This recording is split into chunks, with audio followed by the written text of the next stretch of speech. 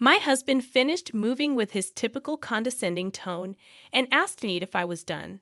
I responded coldly without meeting his gaze. From that point on, I didn't utter a word and started preparing to leave the house. The daily berating from my husband and mother-in-law had reached its limit, and it felt like something within me had shattered. I knew I couldn't deal with them anymore. The moment my husband told me to leave, an odd calmness washed over me. Since then, I prioritized myself, ignoring both my husband and mother-in-law. The day after I truly left, I received several frantic calls from my mother-in-law. When she asked, "Who's this?" my faint ignorance left her dumbfounded. From that point on, the nefarious actions of my husband and mother-in-law were exposed, and their lives spiraled into chaos. My name is Catherine. I work part-time at a nearby deli. I married Bob at 25, gave birth to our son Charlie at 28, and now, as we celebrate our 25th wedding anniversary, we're both 50. Recently, Charlie graduated from college and began his life as a working adult. It felt like a weight had been lifted off my shoulders. These 25 years weren't just full of joy. There were hardships and haunting memories from the past. Looking back, Bob and I were never a great couple. While divorce was never on the table, we had our fair share of big arguments stemming from trivial things. However, once Charlie was born, those moments became less frequent. Charlie was like a dream come true for Bob, who always wanted a boy. Despite my decision not to have more children and to focus on raising Charlie, our relationship wasn't always smooth. Charlie went through his rebellious phase, and we had disagreements about his future. Yet he was always straightforward, clear about what he wanted and needed to do, never hesitating to share his opinions. I believed Charlie should pursue his passions, but Bob had a different idea. Listen up. A man's worth is in his education. I'll never approve if you just finish high school. And if you go to college, it better be a top one, or I ain't paying. Bob tried to force Charlie onto a path he laid out. Charlie, however, wasn't one to stay quiet. In the end, he clashed with Bob and chose a college program he desired. Despite the ongoing issues, Charlie successfully graduated, giving us something to be thankful for. As we both turned 50, we looked forward to our second life, hoping for a peaceful time in our later years. Unfortunately, those faint hopes were soon shattered when a visit from my mother-in-law dramatically changed my life.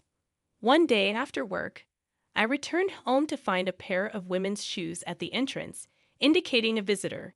Heading to the living room, I discovered my mother-in-law there. Upon realizing I was home, she let out an exaggerated sigh. Bob, with a lazy tone, informed me that his mom wanted to live with us because she felt lonely living alone after the recent passing of my father-in-law.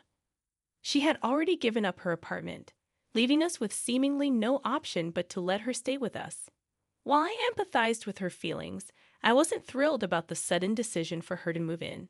Dealing with my mother-in-law had always been challenging for me. Until now, it had been just Bob, Charlie, and me living together. However, there was a time when we briefly lived with my in-laws right after we got married.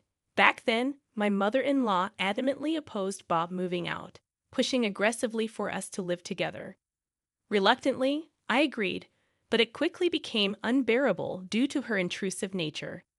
Her constant comments about when we'd have kids and criticism of my cooking may have contributed to my fertility issues.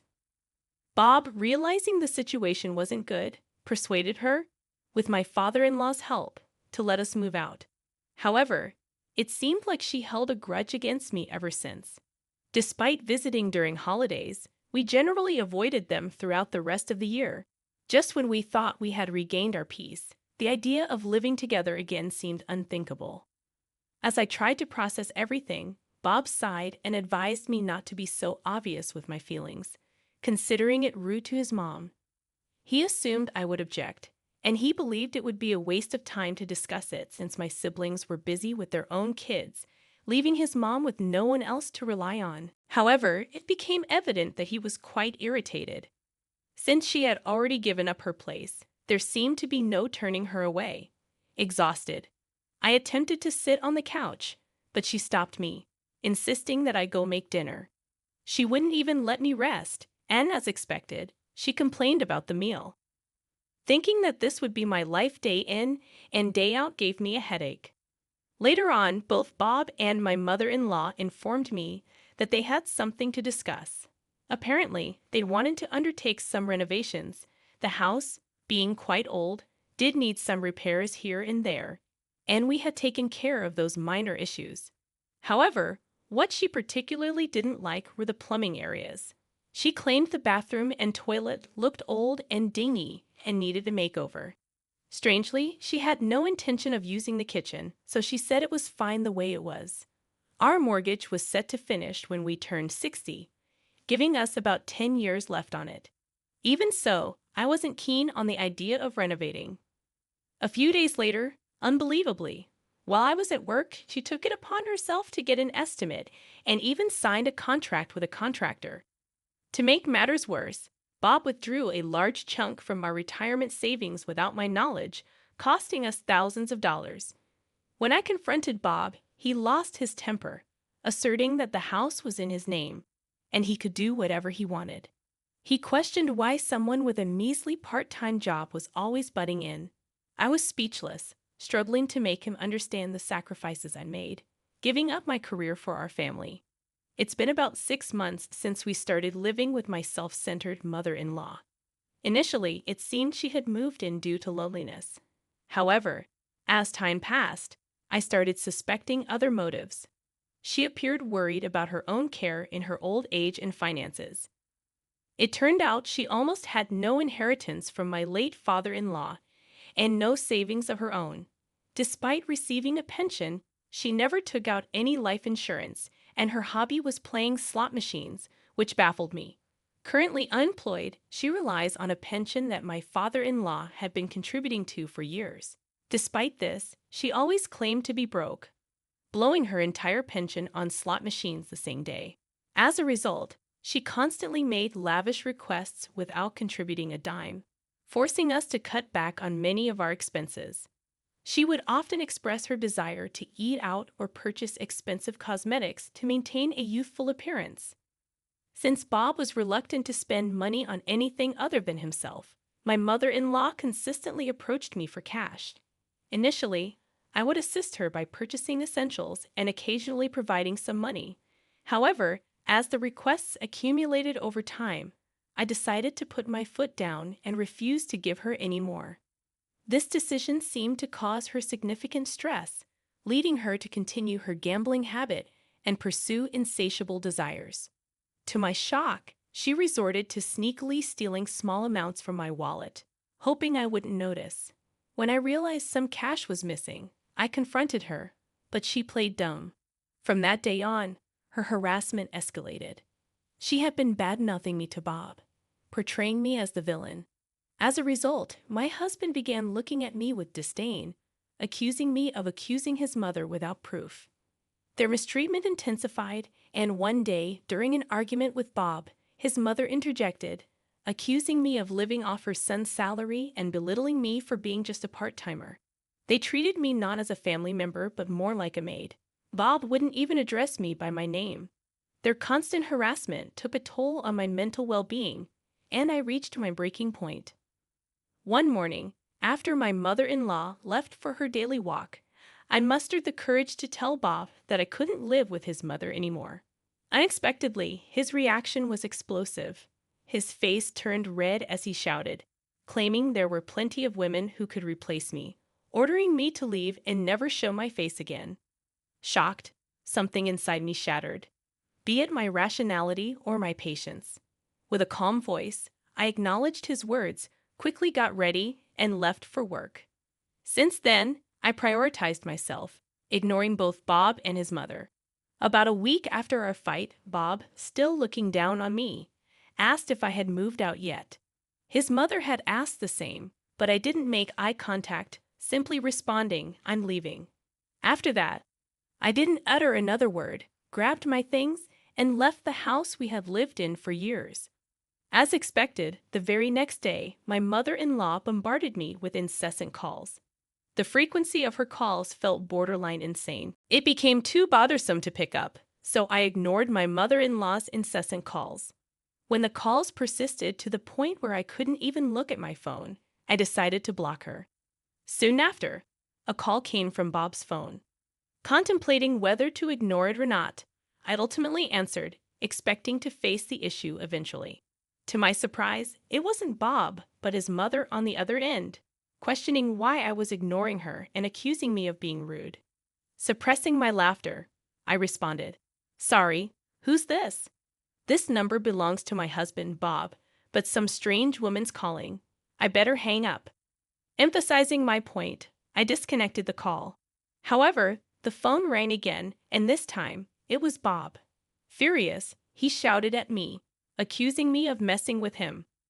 Unusually, I fired back, catching him off guard and leaving him flustered. I sensed that Bob and his mother were trying to convey something, probably along the lines of not intending for me to leave and implying it would be tough without me as a free housekeeper. But I had reached my breaking point, and Bob's words were just the final straw. I declared that I had no intention of returning to that house, unable to see myself living with him or his mother any longer. I suggested getting a divorce. After that, I could hear Bob and his mother arguing in the background. Their muffled conversations seemed to revolve around topics like my part-time income, the embarrassment of divorcing at our age, and doubts about my decision to leave. I firmly stated that discussing the divorce terms would be more productive than talking to them, and I declared my intention to get a lawyer. As I was about to hang up, Bob pleaded in a desperate tone, asking me to come back, admitting he was wrong. Curious about what he wanted, I listened. However, his apology seemed half-hearted, and he made a ridiculous request for me to return. It was clear he would revert to his condescending ways. Infuriated, I retorted that I'm not his personal maid and suggested hiring someone for housework. Bob shouted at me, attempting to intimidate me, but over the phone, I stood my ground. Frustrated, he pleaded, asking me to wait and apologizing again. I decided to reveal everything his mother had been doing behind his back, from stealing money to selling his cherished belongings at a thrift shop. Bob seemed disbelieving and checked the closet as I detailed the theft of his brand-name bags and clothes. In the midst of commotion on the call, Bob discovered that his prized possessions were indeed missing. His mother continued to feign innocence, even suggesting a burglar might be responsible for the theft. I calmly pointed out the impossibility of an intruder breaking in, highlighting the security measures we had in place with a contracted security company and surveillance cameras. The evidence strongly indicated an inside job, suggesting that his mother was using the death of his father as an excuse to target our money. I emphasized that the police couldn't intervene in civil matters, implying that Bob would indeed have his hands full with the situation. Bob's stifled sobs were evident as I confronted him with the truth about his mother's actions. He mentioned contacting me regarding the divorce, and I reiterated my firm decision. Days later, we met at a local diner to discuss matters further. Bob and his mother appeared haggard, with the receipt from her purse confirming the sale of Bob's belongings. In the meeting, Bob expressed his awareness of his mother's financial troubles and suggested getting her a place in a public housing project without offering financial assistance. However, I made it clear that my only goal was the divorce, not involvement in their financial affairs. Despite Bob's pleas and promises to repay the money his mother took, I remained resolute in seeking a divorce. As the conversation seemed to veer towards reconciliation, I tried to redirect the focus back to the divorce. Bob's pleas intensified, with him begging for forgiveness and promising never to upset me again. Unmoved, I reiterated my desire for a divorce. Frustrated by the lack of progress, I decided to take a different approach. Pulling out a photograph from my bag, I revealed Bob's affair with a coworker that had been going on for over a year. The picture captured Bob walking hand in hand with the other woman. The revelation shocked both Bob and his mother, who had turned even paler. I explained that I had discovered the affair a year ago, but kept silent to avoid impacting Charlie's college years. However, now, with the added stress from his mother and Bob's mistreatment, I had reached my limit. I disclosed that if he didn't agree to the divorce, I was prepared to hold him accountable for the affair. This affair, which I initially considered overlooking, had become a breaking point for me. Bob, visibly shaken, begged me not to divorce, claiming it was just a fling. His mother also tried to intervene, mentioning the potential shock it would cause Charlie. In the aftermath of the revelations, I met Bob and his mother at a local diner to discuss the divorce. To their surprise, Charlie, whom I had already informed about the situation, joined us. With a stern look, Charlie directed disdain towards Bob, expressing his disappointment. He highlighted that learning about the affair was shocking, but what his grandmother had done was even worse. Bob's mother appeared on the verge of tears. Bob, in his pitiful state, became defensive, scolding Charlie, claiming it didn't concern him and accusing him of getting too big for his britches. However, Charlie calmly reminded Bob of his lack of family commitment, emphasizing that work had always been his first love.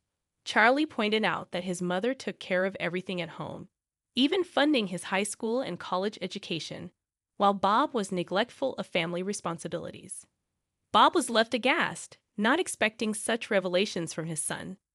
Charlie's words were a wake-up call, exposing Bob's long-standing irresponsibility with money. The truth was, Bob had a habit of wasting money, similar to his mother's lavish spending on slot machines and outings with younger men. This financial strain was one reason why we hadn't had more children. Bob tried to interrupt, claiming he made payments, and his mother agreed, but I continued to state my case. I emphasized my significant contributions to living expenses, managing funds for Charlie's education, and never receiving financial support from Bob. Charlie supported my claims, revealing that Bob never gave him any gifts or allowances. Facing this undeniable truth, Bob and his mother were left speechless. Charlie expressed that despite being seen as an heir, his mother was the one who supported him during his college years. Bob's attempts to defend himself and his mother were futile. At this point, I declared that I had had enough and wanted a divorce. Charlie affirmed his support for me, and we left the cafe, leaving Bob and his mother in stunned silence. After the divorce, Bob's affair was exposed at his workplace, leading to his demotion and transfer. The woman he had the affair with faced consequences as well, with the truth of her initiating the affair surfacing, leading to her voluntary resignation. Post-divorce, Bob continued to live in the house with his mother, struggling with household chores and financial difficulties.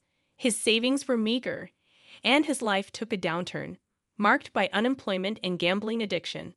The once proud home was now in disarray, and rumors circulated about Bob selling the house and moving to an apartment.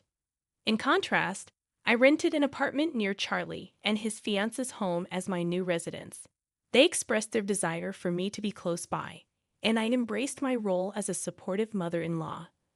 Learning from the past, I aimed to strike a balance between being helpful and not interfering too much.